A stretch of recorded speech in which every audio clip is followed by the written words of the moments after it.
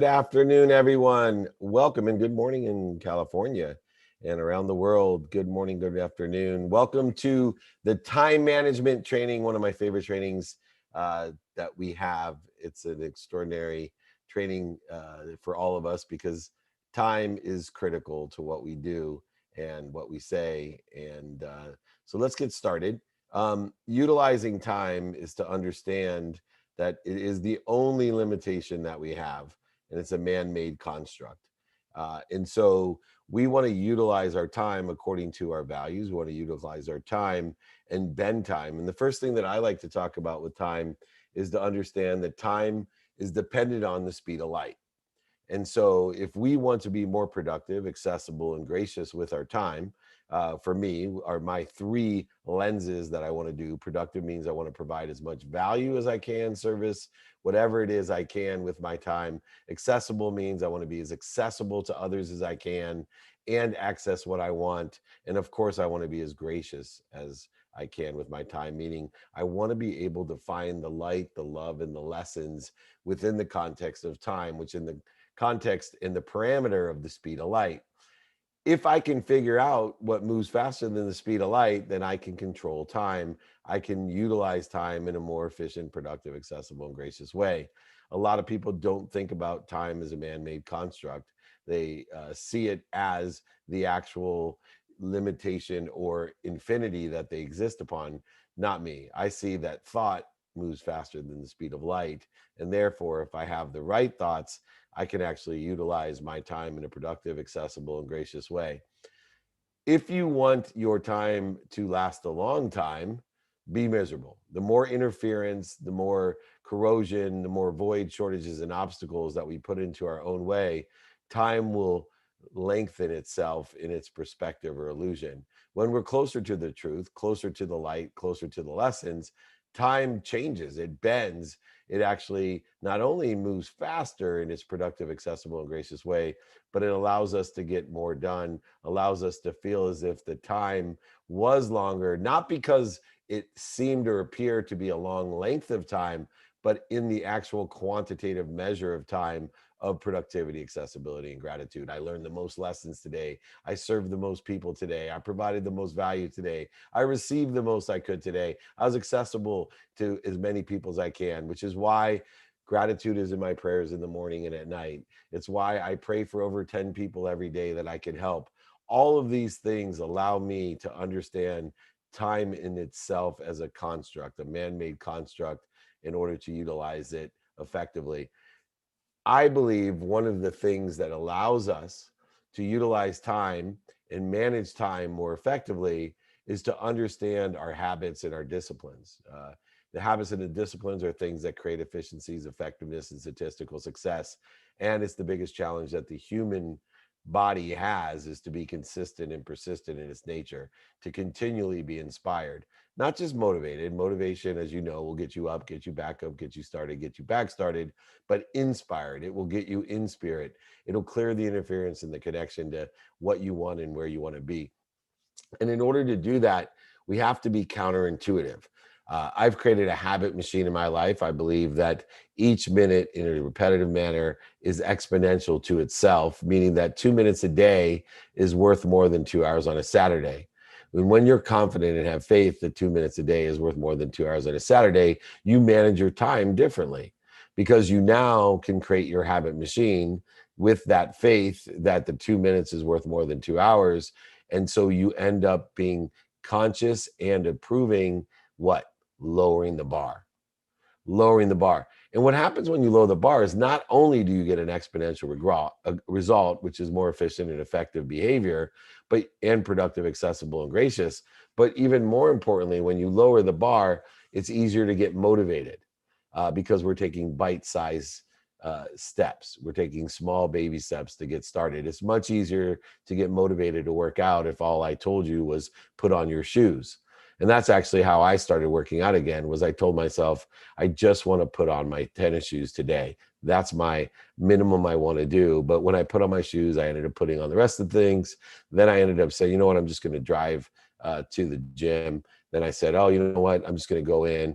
I'm just going to do 10 minutes. And I ended up doing 30 minutes of exercise my very first day by lowering the bar, trusting and having faith that a few minutes a day is worth more than a few hours on a Saturday. The habit machine is the key or critical component that you're trying to work on. So as you're developing things that you want to get done with your time, you really want to take a step back and look at how's the machine working in order to get that done. How is my discipline, strategy, awareness, and habit machine working to get what I want done in its most effective manner? And that leads to what I think is the mathematical equation of being productive, accessible, and gracious with your time, what I call the power of 64. Now, the power of 64, if any of you want the power of 64 exercise, just email me, david@dmeltzer.com. It's in my book as well. More than happy to send you that, pay for shipping, david@dmeltzer.com. Go ahead, reach out. More than happy to do that. Most importantly, the power of 64 is how, as people mentioned, did I make $1 million coming right out of law school? I beat people with my time management, and I beat them with the power of 64. And the power of 64 takes into consideration that most people, at best, are 8 hours productive a day, 5 days a week. So there's 40 hours of productivity that most people have activity they get paid for, at best. Now, most people don't give that much productivity, even though they're paid for it. That's one thing to keep in mind. Most people aren't engaged. They're not clear, balanced, and focused on what they're doing. They're not motivated and inspired in what they're doing, and they don't have the correct habit machine to effectuate productivity, accessibility, and gratitude. By using the power of 64, you can now set forth the objective. And what I said was, you know what? I have the desire that I must be what I can be. I am going to be 16 hours productive a day, because I know I had a comp plan of $250,000 right out of law school as a salesperson in the internet. And if I could sell twice as many hours, then I would increase or double the statistical success that I had and be able to cut my number in half, because I would be 16 hours productive a day. And then I said, what if I could create efficiencies in what I do by creating the systems, by learning the lessons, right? By utilizing my three-pronged approach of, one, doing the best I could every day to be productive for 16 hours, learning as many lessons as I could, and having fun, right? Always do your best, learn lessons, and have fun. If that's your approach to everything, I promise you, you'll be fine, and you'll be able to create the productivity that you want, for example, 16 hours a day, and create the efficiency through the lessons that you learn with that productivity. Remember, not only will you be twice as productive, but you'll learn twice as many lessons. And all of those lessons will lead to being twice as statistically successful. Meaning that if you only, on average, if every 10 opportunities on average of 8 hours of productivity, people got 2 sales or successes, what if you increase that to 4? Then you would be able to go from 8 hours of productivity to 16 hours of productivity to 32 hours of productivity to 64 hours of productivity. 8 hours to 16 by just doing the work, by being consistent and persistent. 16 hours goes to 32 by being twice as efficient. 32 goes to 64 by being twice as statistically successful. You actually can have 8 days of productivity in one day comparatively to what other people are being paid for, or activity that they get paid for. Now, here's another thing. If you believe, like I do, that there's no work, that there's no jobs, there's just occupation, and you allow this to occupy yourself, meaning that you have learned to love what you do, and you have learned to have the light, the love, and the lessons from it, then you can do that 7 days a week. And so now I was getting 56 days of productivity while everybody else was getting 5. 11 point something times more productivity every single week.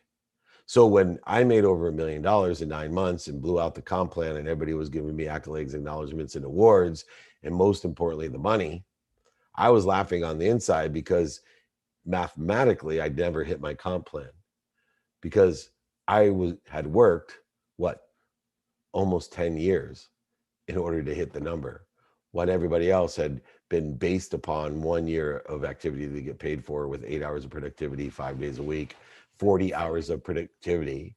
And that 40 hours of productivity is, on my side, 56 days of productivity a week. So use the power of 64. in order to get there, lower the bar. You don't have to have 16 hours of productivity to utilize the power of 64. If you want to just try to have 8 hours or 4 hours, you need to focus in on the systems and efficiencies to be twice as efficient, twice as statistically successful in what you do. And the power of 64 will take any comp plan or any objectives and create a division of it and allow you to use the multiple, the acceleration, the growth, the exponential growth, I should say, and the compound interest by learning more lessons. Now, in the systems that we do, I also found something else that's very, very helpful. The math of saving time. Under time management, we want to create systems that save time. And, I started by analyzing, what do I do every minute? What do I do every hour? What do I do every day? What do I do every week? What do I do every month? What do I do every year? And I created these lists and I took and analyzed what I was doing. And then I started with the things that I did every minute and then every hour and then every day. And I figured out how I could save time with the things that I did most often.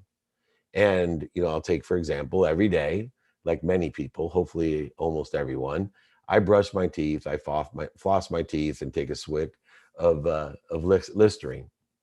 And, I don't know if you do this, but especially in the morning when I brush my teeth, I would lose track because it's early and I'm daydreaming, and I'd lose track of which teeth I've done. And it would take me about 6 minutes to brush my teeth, floss my teeth, and uh, take that sip of Listerine. Once I realized I could create a system and put everything in the exact same place, so I wasn't looking for my toothbrush, the toothpaste, or the Listerine, make sure that I had a system to start on this side, go to this side, do this side, do this side, do this side, do this side. And then utilizing that efficiency, I went from an average of 6 minutes now to 2 minutes. 4 minutes a day I could save twice a day. Those 4 minutes a day, morning and night, that I was able to save 4 minutes a day. Each 4 minutes that you can save is 28 minutes a week. That's 112 minutes a month, almost 2 hours a month of productivity. That's 24 hours of productivity a year. I just gained 3 full days of productivity because I learned to stay focused when I am brushing my teeth, flossing it, and taking a swig of Listerine.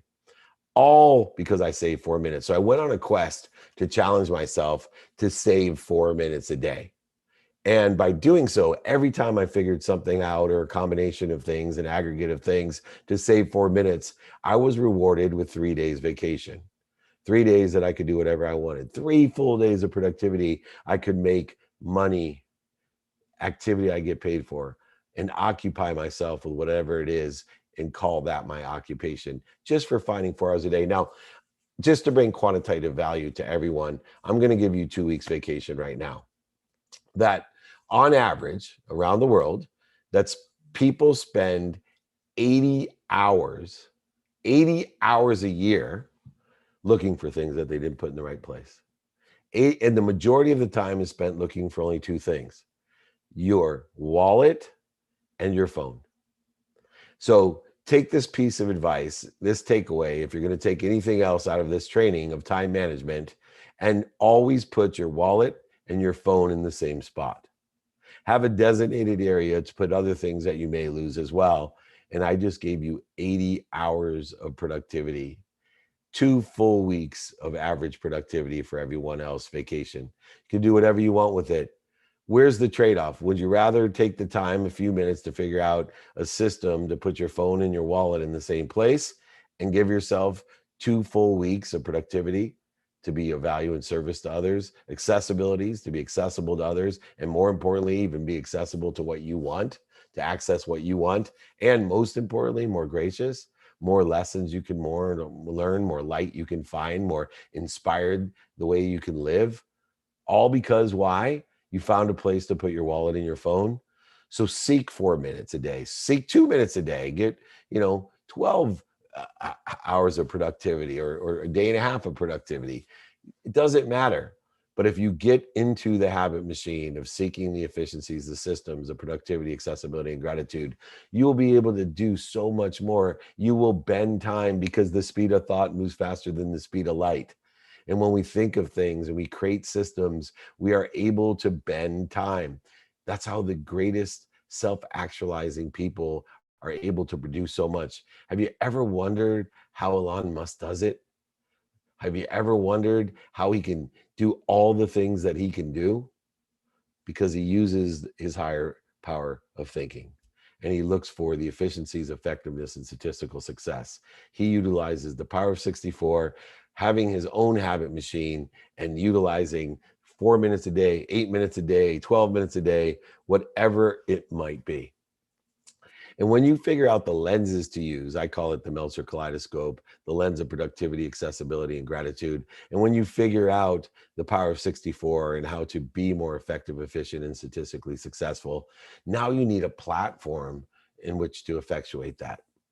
So have a CRM, an SFA, some sort of management, project management tool that you want to utilize. And if you want to know my recommendations of what I use, et cetera, just email me, david@dmeltzer.com. I'll help you and let you know, but be a student of your time.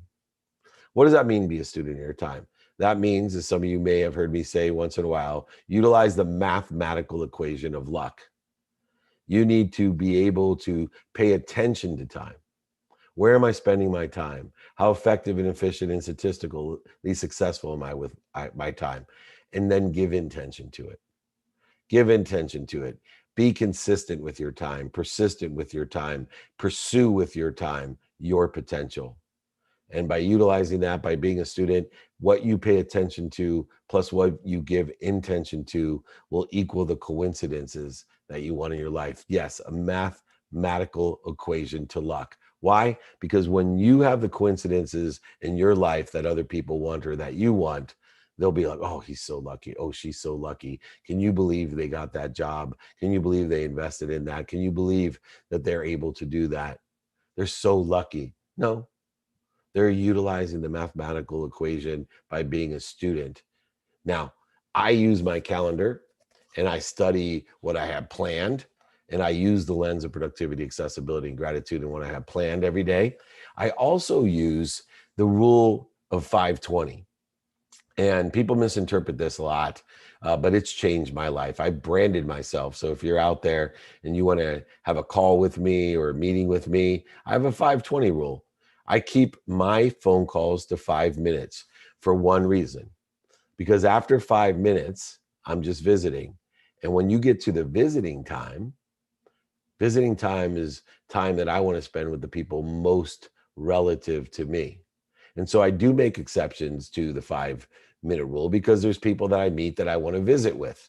But as far as getting productive, accessible, and gracious with my time, keeping all my phone calls to 5 minutes without the visiting or a tiny bit of visiting is the most effective way to do that.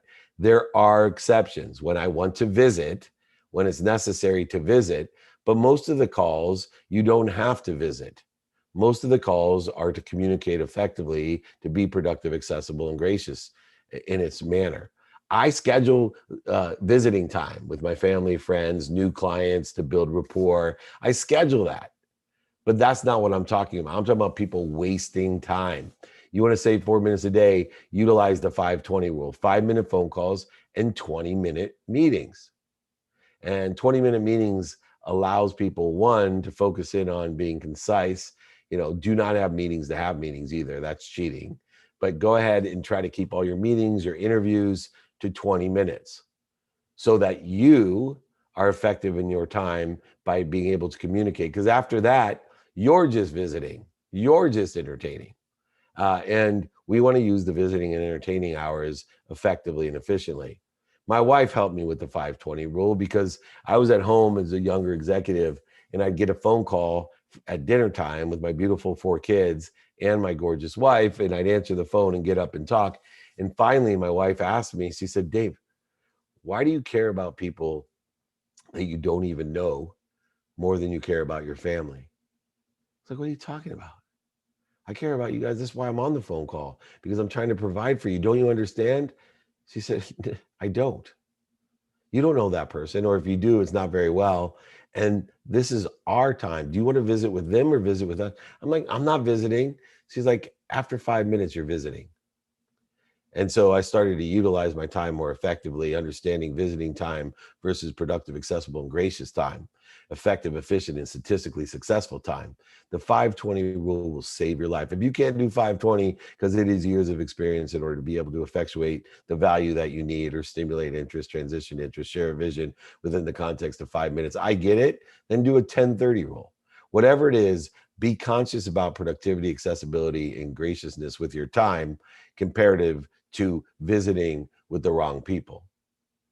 Pick and choose and prioritize where and how you use your time, utilizing our Eisenhower's matrix of important versus urgency, but also utilize it to figure out your time and your time management of who and where and how you're spending that time according to what? Your values. Once again, so important to take inventory of those values, personal, experiential, giving and receiving values.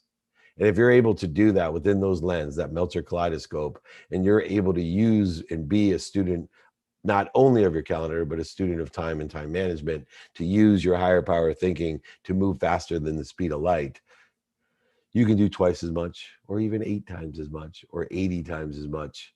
You can be more productive, accessible, and gracious 80 times more each day. Imagine what that does to your learning zone, your comfort zone, and where it puts your anxiety zone. I know people that can't even handle opening up their mail. I know people that it takes literally a half a day. I got to go to lunch, literally just spinning in their own direction, getting so busy being active, they forget to make money while they're in the occupation of making money. Meaning, see, occupation of making money, that's what I'm in. I'm in the occupation of making a lot of money, helping a lot of people, and having a lot of fun. That's my occupation. You can give it whatever title you want. Uh, Another time management tool is understanding prioritization. Now, I have a do it now philosophy. 100% of the things you do now get done. And it's all a matter of processing and prioritization.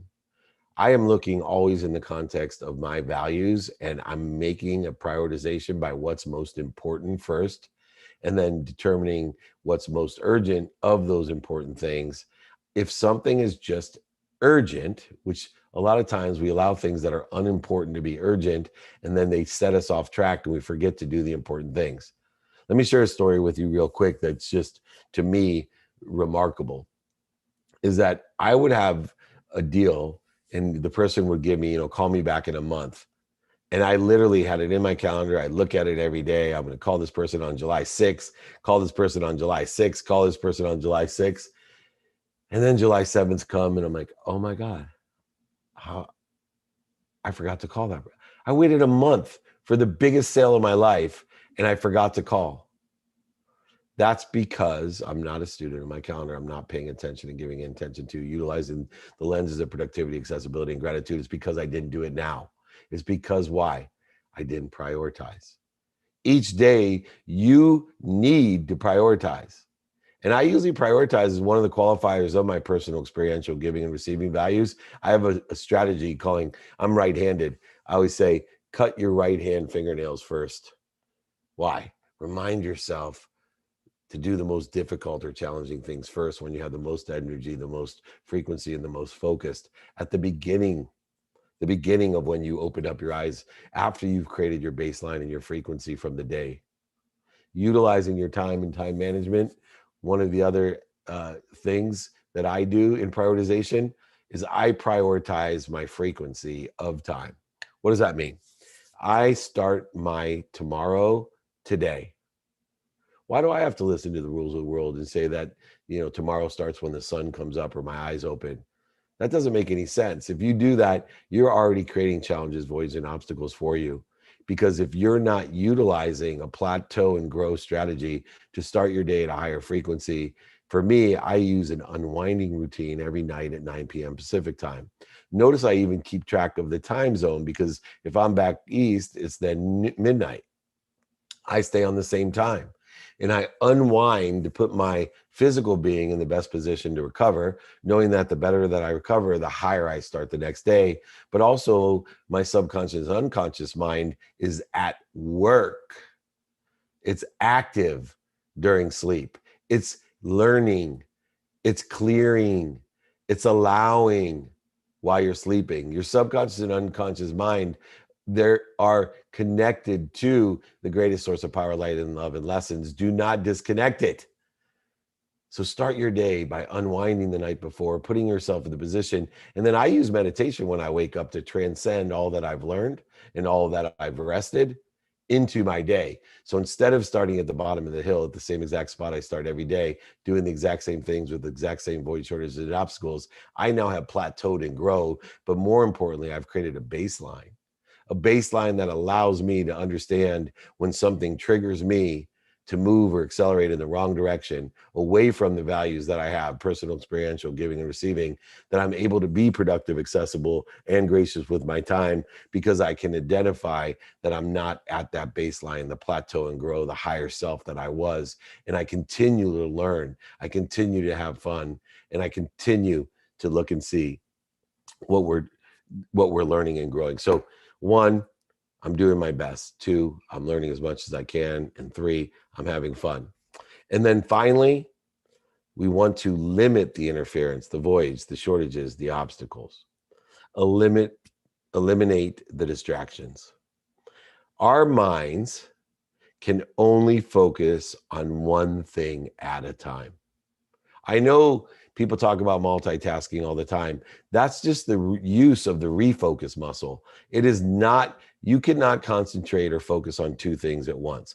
You can appear to, in fact, I can appear, because for the last 16 years, I've been practicing refocus, eliminating distractions, because I know it's a muscle that I go and focus here, but I'm also looking beyond here, looking here, reading, and also checking my emails.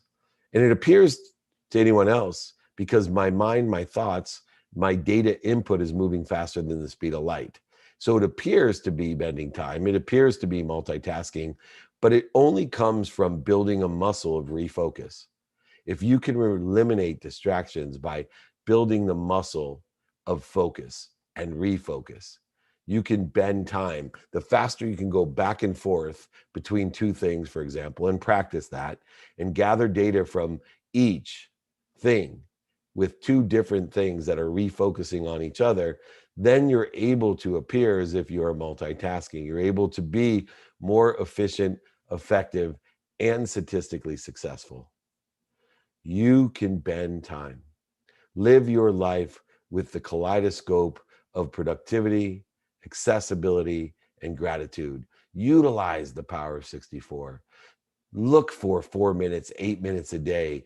Change your life, change your productivity. Find out a place to put your phone and your wallet. Save 2 weeks of vacation from me, the greatest gift I could give you. Eliminate all distractions. Be a student. Utilize and be a mathematical equation of luck by making sure you're paying attention, giving intention, and getting the coincidences that you want in your life. Time is manipulated. Time itself is a man-made construct. You can determine how to construct it. Time is a man-made construct. You construct it for yourself by lowering the bar, creating a habit machine, using the power of 64. Everybody, if you want the exercise on time management, if you want my book on this or the power of 64, david@dmeltzer.com.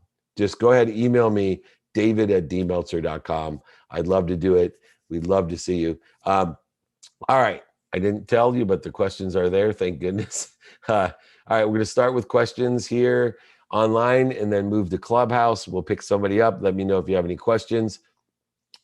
We'll get to explain here. How does your past experiences reflect onto current situations you're experiencing? So the past experiences that I'm having are what I determine. They're the judgments and conditions that I'm putting on my present and future, right? They're the context. It's what I perceive. So I'm always looking backwards to give myself context to the present or the future. And so past experiences need to, number 1, we utilize gratitude from it, because the best thing we can do with the past is learn from it, find the light, the love, and the lessons. 2, forgive ourselves, because when we find the light, the love, and the lessons, we'll realize we could have done better. And so forgiving ourselves. And then 3, be accountable. ask ourselves, right? What did I do to attract this to myself, which will also process that lesson. Don't live in liability. Too many people are stumbling over the roadblocks behind them of the past. They're creating more void, shortages, and obstacles, or paying attention to what they don't want and getting what they don't want. Use the past to put into context the lessons that you want to utilize in the future to expand, grow, and accelerate, to put yourself in a better place, a better situation. All right, I'd like to call up Aaron White. Aaron, what question do you have for me? Hey, good afternoon, David. Thanks, y'all, you and Matthew, for both having this coaching room. I was in it last week, or maybe it was Monday, and I basically applied some of your advice. Just to recap for those, basically, I was asking David, what should I do? I'm 25 years old, sales marketing manager, trying to get into business aviation, but have not done that in the past. And I was kind of asking him, how do I go about showing myself that I'm an asset, presenting myself to these companies, and getting over that barrier of, oh, what is your previous experience? And essentially, David just told me to use that experience that I have currently, that sales marketing experience and the passion, and just go straight to these exec level, VP of sales, CEOs, operations guys, and have a conversation.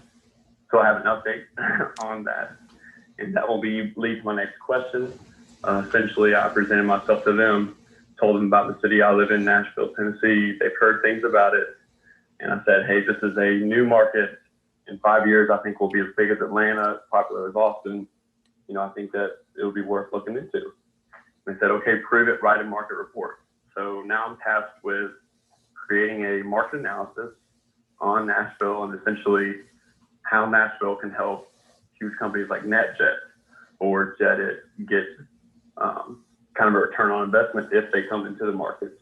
So my question today to you, David, is following up from that. What are some key aspects to add on to this market analysis that will really stand out to these execs? Yeah. Something that I can't leave out. Yeah, so there's 5 things you can't leave out. And the number one is the most passed over of all things, and that's credibility. So you want to find the most credible, stable data that you can to base your business case on. So many people forget about credibility, and they ruin their entire context of their business case because they've relied on either unstable data or discredited people or data. And so make sure that you have credibility in the data and the stable data that you're making your business case on. And then 2, emotional attachment. The emotions of what they like and what they don't like about certain cities they're already doing business in. So make sure that you make yourself equal, and then utilize what they like to make yourself equal, and then solve the problems of what they don't like to establish a delta or an appreciation of why they should do business in Nashville. And then finally, the last 3 things that you should make sure you do is to articulate the quantitative value of the reasons in the business case that Nashville is a viable place to expand, the impact it's going to have on the business and on Nashville. Remember, people are always looking to be of service or of value. So not only should it impact the company, but it should impact Nashville as well. And then finally, understanding the capabilities that you have and being able to quantify the capabilities of the company today, and seeing how it accelerates, grows, and expands the capabilities as you expand, accelerate, and grow into Nashville. If you make sure that your business case is credible, has the emotional attachment to determine the quantitative delta or appreciation or margin, and then being able to articulate the quantitative value through a reasoned analysis of the stable data, the impact that it has on the company and the city, and then finally the synergistic supplementary capabilities that you will exponentially grow and accelerate to and through for the company, they will not see any reason they wouldn't want to move forward. Does that sound fair, Aaron? So I'm tracking. I'm writing notes down for you, David. So I've got One is Oh no, credibility. we'll send you the replay, my friend. We got time. We got more people waiting. So it's Absolutely. credibility, emotional attachment, reasons and impacts. I will send everybody, including you, Aaron. I have it all typed out. Just email me, david@dmeltzer.com. I'll send you the worksheet on those 5 things, everybody. It's also in my book. So if you want that, david@dmeltzer.com. Not a problem. Just send me the 5 criteria. Okay. Yes, sir. Thank y'all Sorry so to much. cut you off. Thank you. All right. Next question online when I bring up Maureen McKenzie Rupel. Let me answer this one online. Hi, David. I'm so enjoying your material. I agree that time is a man made construct. You talk about taking your eye off of time and focusing on acceleration and growth, detaching your emotions from the outcome and putting your emotions onto the pursuit, the consistent, persistent pursuit. Correct. How do you feel about Napoleon Hill having one of his steps be determined, quote unquote, a specific date for your goal? I am a huge, I'm in huge disagreement with Napoleon Hill on this, and Bob Proctor, by the way. I don't understand why you want to limit yourself. If you know that you're living in between limitlessness and infinity, if you know man made construct of time, why would you limit yourself by giving yourself a specific date? Why not rely on or apply your emotional attention and intention into the pursuit of that by saying something, instead of saying I want to make $1 million by the end of the year, why not say I want to double the amount of money I make as fast as I can? I might make $4 million by the end of the year, but I'm always doing my best, learning and having fun. And the best way not to create limitations or interference or avoid shortages and obstacles for myself, because what happens when we put a specific date? That date gets nearer and nearer every day, which what creates more resistance, stress. It creates a true illusion of time that there's some deadline to what we're doing. It allows us to take our focus off the wrong thing. It attaches us to an outcome, which is completely counterintuitive to what we should do. We should attention and intention and emotion to the consistent, persistent pursuit to increase the acceleration, growth, and exponential success that we're going to have. So instead of saying you want $1 million by the end of the year, or you need this by the end of the month, just do it as fast as you can. Learn as many lessons as you can and have as much fun as you can. And if you do the best that you can, and you want something as fast as it will come, rapidly and accurately. And the way that we do this, by the way, and I'll get to Maureen, the way that we detach our emotions from the outcome is a 3-law property. One, the law of gravity. We need to be happy where we're at.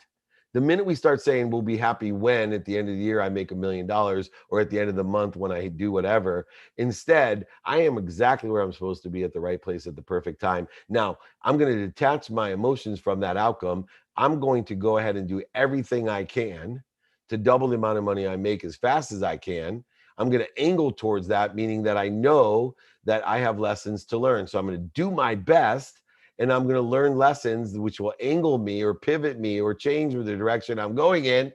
But that itself is the law of Goya. So you got the law of gravity, the law of Goya, get off your ass, to finally get to the law of attraction, which says, because I've detached my emotions from the outcome, reduce the limitations, resistance, and interference to what I want. Instead, I'm in a persistent pursuit of allowance, meaning that I already have what I'm pursuing. I just have to figure out how to clear the interference between me and what I already have. In other words, I have faith no matter what, that if I implement the law of gravity, the law of attraction, that the law of gravity and the law of Goya, that the law of attraction will be into play, and I'll allow what I want to happen. In other words, I'm exactly where I'm supposed to be. I'm angling towards what I want, and I have faith I'll end up somewhere better. So I am 100% in disagreement with Napoleon Hill, which is very rare, and Bob Proctor.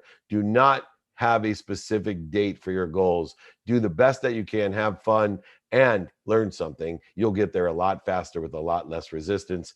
Okay, Maureen, what do you have for me? Hi, I'm Maureen. I'm so happy to hear you speak. You give such tremendously wonderful insight. As a coach, I'm just looking for some of this insight for me. I have a coachee who has a goal and is committed to the goal, but the activities that the accountability toward the activities that the coachee has established for herself, each week there are always other activities that she works on, almost busy work, and as a result, never moving forward. But she's satisfied with that. And so through powerful questioning, she's more than comfortable in not doing what she says she's going to do that she feels will move her forward. And instead, every week, there's just other activities that fills her day, and she seems comfortable. And I feeling like I'm not serving her as a coach, so I'm just asking for some advice. Thank you. That's a common occurrence with a lot of people. In the context of making money, a lot of people get so busy being busy that they forget to make money. And other people feel as if they entertain themselves with activity, that will get them to where they're supposed to be. And so, what we need to do is to understand two things. Coaching is bringing the best out of people. And so what we start to do is we need to hold our clients as coaches accountable. And so that we need to be able to, through accountability, ask them, did you do your best towards your objective? So if their objective is to make as much money as fast as they can, or to heal a relationship, or to, spend less time in ego-based consciousness, or whatever their objective may be, get funding for their company as fast as they can. Uh, what we want to do is, as a coach, not only bring the best out of them, but hold them accountable and say, what activities were directed towards or had resulted in a success of what we talked about, action items that we listed out and prioritized last week, yesterday, last month, whenever your periodic coaching is. And I have found, for me, and I have every other week with my one-on-one clients, I have straight out accountability calls. I'm on call 7 days a week, guarantee profitability, but I have accountability calls, and I will make sure that my notes, and I ask specifically, what did you do? Did you do your best to meet what we're trying to do, whatever those accountability action items are? Two, what did you learn? Right. I think you're missing, that question, especially because it's a very subtle way of holding someone accountable. Let me give you an example. I speak in front of all these people. I love it. And they literally, Maureen, will stand hours, and it amazes me, to get a book, get it signed, and tell me that my speech, changed their life or was so inspirational. And I'll say to them, really, what was your number one takeaway? And they literally be like, and, and and so ask people what their takeaway from the week was. Ask them what the lessons that they've learned were. Hold them accountable, and then you can get to the perspective of productivity, accessibility, and gratitude. When you can find the light, they can have fun. That is wonderful. Thank you very much. You're awesome. Thank you, Maureen. I just have to say this about Maureen. I'm rambling on the wrong thing. Normally you're cutting off the person who's asking the question. She's cutting me off. Like, I got it, man. Just shut the F up. I love you, Maureen. That's awesome. You're good. All right, go coach. Thank you. I love you, dear. Thank you. That's amazing. All right. I'm going to take a question online. The informable, amazing Christina, you're up next. So get ready. You're on deck. How are salvation, and I consider salvation the reconciliation between me and what I'm connected to, the light, the love, and the lessons of what I'm connected to, happiness. Salvation has a religious connotation that took me about 15 years to get over what it actually meant. Salvation is what understanding what is coming through me, the power of what it is, and forgiveness. How are those the same? Well, they're reconciled in the fact that if you want to be connected to, without interference, the greatest source of love, light, and lessons, you need to forgive the interference, right? You need to forgive when we had the need, all the triggers, the need to be right, offended, separate, inferior, superior, anxious, frustrated, angry, guilty, resentful. We need to forgive ourselves when we're in the unconscious, subconscious, egotistical continuum or consciousness, and we will find peace through forgiveness. That peace is salvation, right? They're the one and the same. So forgiveness and salvation, happiness, the clearing of the interferences, voids, obstacles, and resistance very simply is understanding the reconciliation of happiness, salvation, and forgiveness. Forgiveness brings peace. Peace is salvation. I love that question. All right, is Christina ready? Hi, I'm ready. Hello, happy Friday. You should just have a business of cheering people up. You're like the clubhouse candy striper. Just hearing your voice makes everyone smile. Give me a raise hand or a thumbs up. Spoot your mic if your voice just makes you smile. Go ahead, Christina. Oh my gosh, you're like the sweetest. I love you. Thank you. Thank you. You throw me. Okay, I'm sorry. I got distracted by Candy Striper. Clubhouse. That's amazing. I gotta take the picture.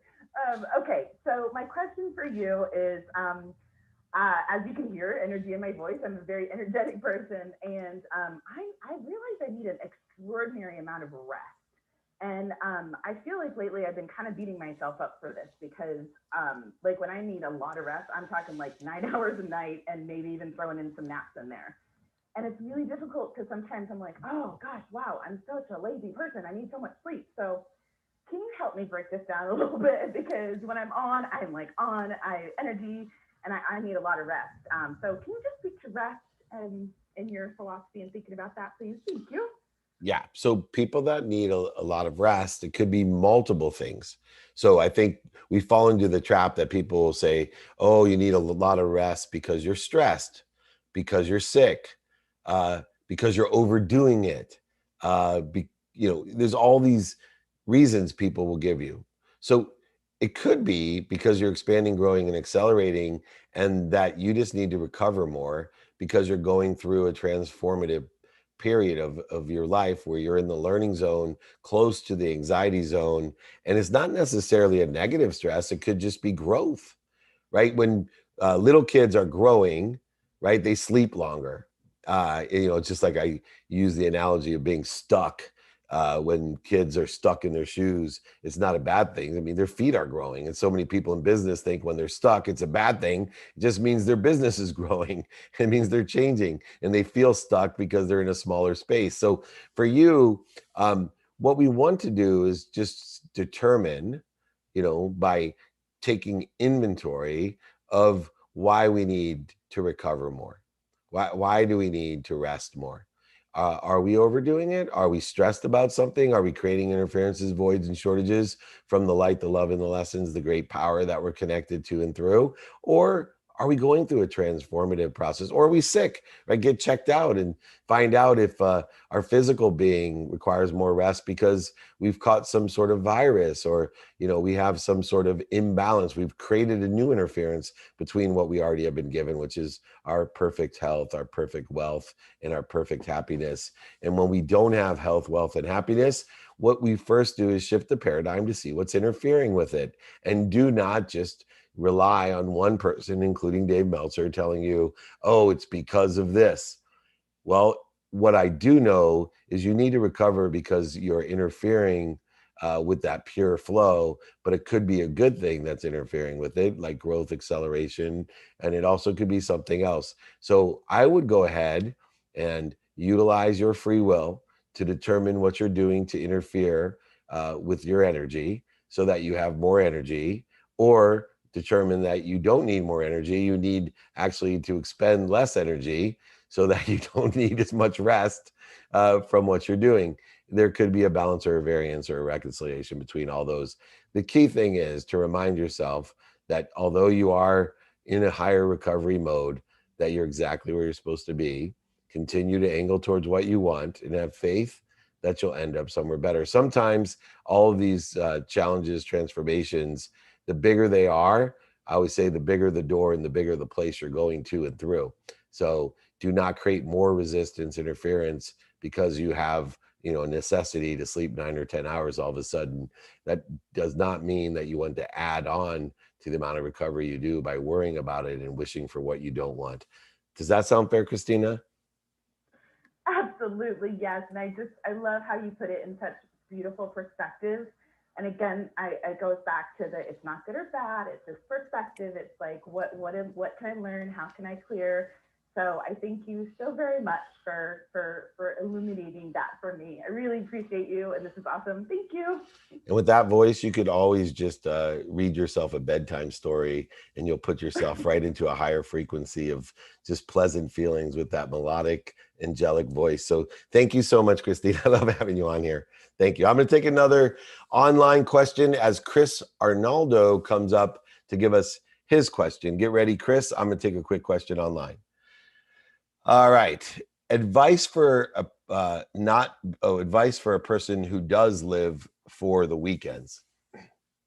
Okay, so I know a lot of people that need to take 6-week vacations. I know people that are dying to get to the weekend, and I understand why.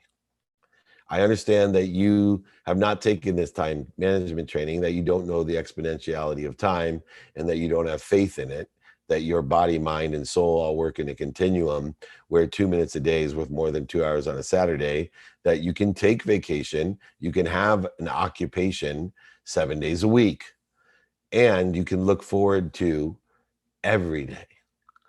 I look forward to, when I'm in my unwinding routine, I look forward to being granted a new bank card that's full of 1,000 wishes. And those 1,000 wishes, I'm going to try to utilize as many as I can with the best I can by doing my best, learning my lessons, and having fun. In no way am I looking forward to the weekend next month, next year. I am looking forward to the next moment, the next hour, and maybe tomorrow when I'm in my unwinding routine. I live for now. I know my what, I know my who, I know my how, and I know my now. And I'm going to utilize my why as a free will to clear away the interference of my what, my who, my how, and my now. I'm going to utilize it as a tool for when I trigger myself to get into the primal fears that make the blood rush from my mind into my body so I can't think anymore, leaving and rendering me a complete mess, accelerating me in the wrong directions by creating more voids, shortages, and obstacles.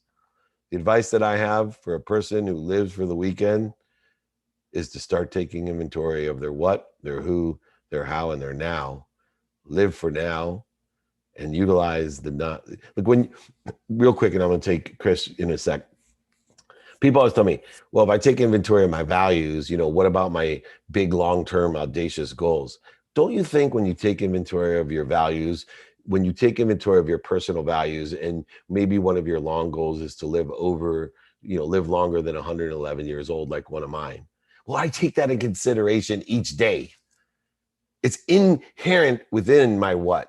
My personal values, my experiential values, my giving and receiving values. It's inherent, the objectives that I have of living to a minimum of 111 years or doubling the amount of money I want to make as fast as I can. So I can live in the now with the directive or focus and clarity and occupation of what I want in the future. It doesn't have to be separate. So don't live for the weekends. Weekends are man-made constructs as well. So are vacations. All right, we will bring up Chris Arnaldo. Chris, what do you got for me? David Meltzer, thank you so much for the platform. I have a question for you regarding passion versus being profitable. I am super, super passionate about helping young people because I was, once 18, 19, in my 20s, helping them get started on the right financial foundation. However, that necessarily does not, pay the bills, right? My core clients, they pay a premium to do business with me because of the value I provide, for them. But my passion again lies, with the young people. How do you balance all that out in making sure that I don't put too much focus on one area or the other? Perfect. I love that question. Thank you so much. I incorporate, right? So most of the difficulties, challenge, and advice that I give is a result of being separate. We don't think in the terms of both or reconciliation. We think in terms of either or. So for me, I incorporate helping children in everything I do. I ask those people that I'm engaging in collaboration of activity I get paid for, do you know anyone that can help me? I'm trying to help these kids. And I utilize my time effectively each day to personally, if I want to help in that direction, by giving my time, giving my money, whatever I feel is the best use of my capabilities in order to help those kids. Uh, I utilize that and incorporate it in all the people that I meet in person, on the phone, via email, and traditional and social media. I incorporate it by asking, do you know anyone that can help me? You know, my passion or my true love or my purpose, which is greater than my pain, is to help these children.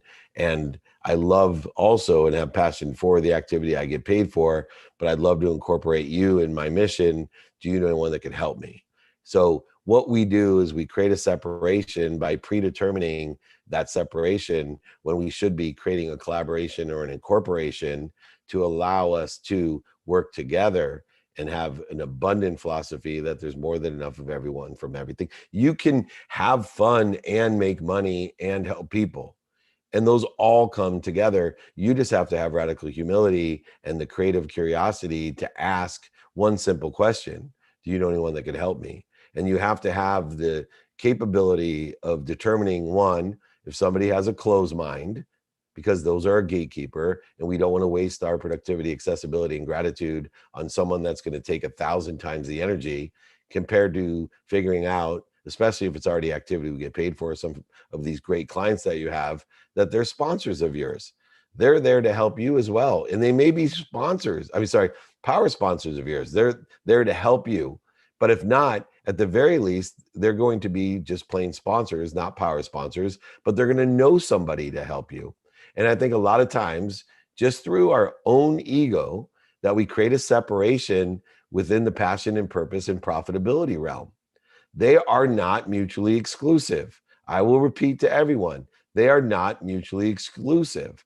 You have the capability of reconciliation, remembering, and reminding yourself that they are one, that we just have to be able to be the catalyst or the incorporator by having an abundant, radically humility, a radically humble perspective of, one, determining whether someone is a closed mind or an open mind, a gatekeeper or a power sponsor or a sponsor.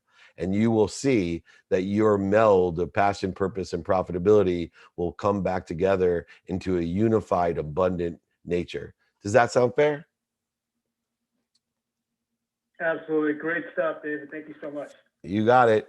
Change the way that you look at things, the things you look at change. I'm going to take a quick question from Yandra Brian. Hopefully I didn't name butcher that, but please state your name so everybody can laugh at me instead of. Yeah, no, you got it pretty close. It's Iandra. So thank you so much, Iandra. David. Yeah, Iandra. Thank you so much for this room. So I have two questions. I've been battling with something, and I wanted to know. I'm very big into attraction and vibrations and all that stuff. How do you know when to keep going towards something? So I'm currently right now. I've been, in a period of transition, and I have had some amazing meetings with one person in particular, and I feel called to continue to pursue that. But how do you know to keep going and pressing forward and following up and emailing and being aggressive, or just to be effortless and just kind of, let things happen? As they say, don't push. If it's meant to be, it's meant to be. How do you know that? And then the second question is, I'm telling myself, oh, you need to call again. But how do I know when it's my ego speaking and not my intuition? Well, it's always, if there's interference, void shortage, it's always your ego speaking. The secondary fears are always a trigger to the primary ego. So it is the ego speaking. It's always, you can't find outside of you what you can't find in. But the first question, when do we know when to stop? Well, I use a 3-no rule. Excuse me. I'm losing my voice on the very last question. 3-no rule says that when I'm pursuing something and I don't get a response or the response I want, that's 1 no. And that response that I didn't get could be from myself, that I forgot to call, or I had a flat tire, or something else happened. And so what I use is a 3-no rule, that I make a request of some sort, I don't get the response I want for whatever reason. On the third time, I go ahead and let the person, hey, I'm going to attend to people that I am engaged with at this time that need or want or have my help. Please let me know if you'd like me to continue to pursue this. If not, let me know when. And then I stop. I allow them, and about 50% of the time, all I've done is accelerated them to call me back. I've compelled them to move forward, which has a value, but not nearly the value of the people that never call me back, because they've just saved me so much time, emotion, and energy of chasing a closed mind. And I'm utilizing the 3 no's, a great qualifier of the universe, of not creating more resistance, voids, and shortages, and using and staying in the flow to be and enjoy the consistent, persistent pursuit of my potential, while being realistic that I'm going to pursue the lowest hanging fruit, the open minds, the sponsors and power sponsors, and not try to go over, under, through, around a gatekeeper. Does that sound fair? Okay, yeah, that sounds fair. And then after that, then you kind of just let what happens happen. Correct. And you'll see that 50% of the time you've compelled them to move faster, and the other 50% of the time you really valued it because you're not chasing something that's not going to happen, or the universe is pushing you into a better place, a better situation. Thank you so much, everyone. We ran a little bit over. Unlike me, I'm a time freak. Remember, if you want any of the guides, Power of 64, the 5 criteria, or my book, david@dmeltzer.com. I will be happy to join me next Friday for training. Please reach out to me if you need anything. david@dmeltzer.com. Remember, all of these are replayed on the playbook.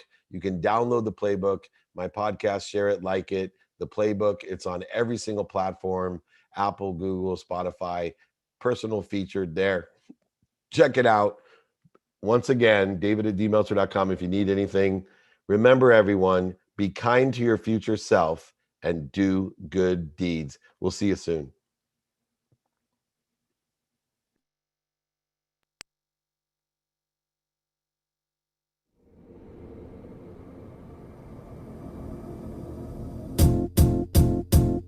It might seem crazy what I'm about to say. Sunshine, she's here, you can take a break. I'm a hot air balloon that could go to space. With the air, like I don't care, baby, by the way. Because I'm happy. Clap along if you feel like a room without a roof. Because I'm happy. Clap along if you feel like happiness is the truth. Because I'm happy. Clap along if you know what happiness is to you. Because I'm happy. Clap along if you feel like that's what you want to do. Here come bad news, talking this and that. Well, give me all you got and don't hold it back. Well, I should probably warn you, I'll be just fine. No offense to you, don't waste your time.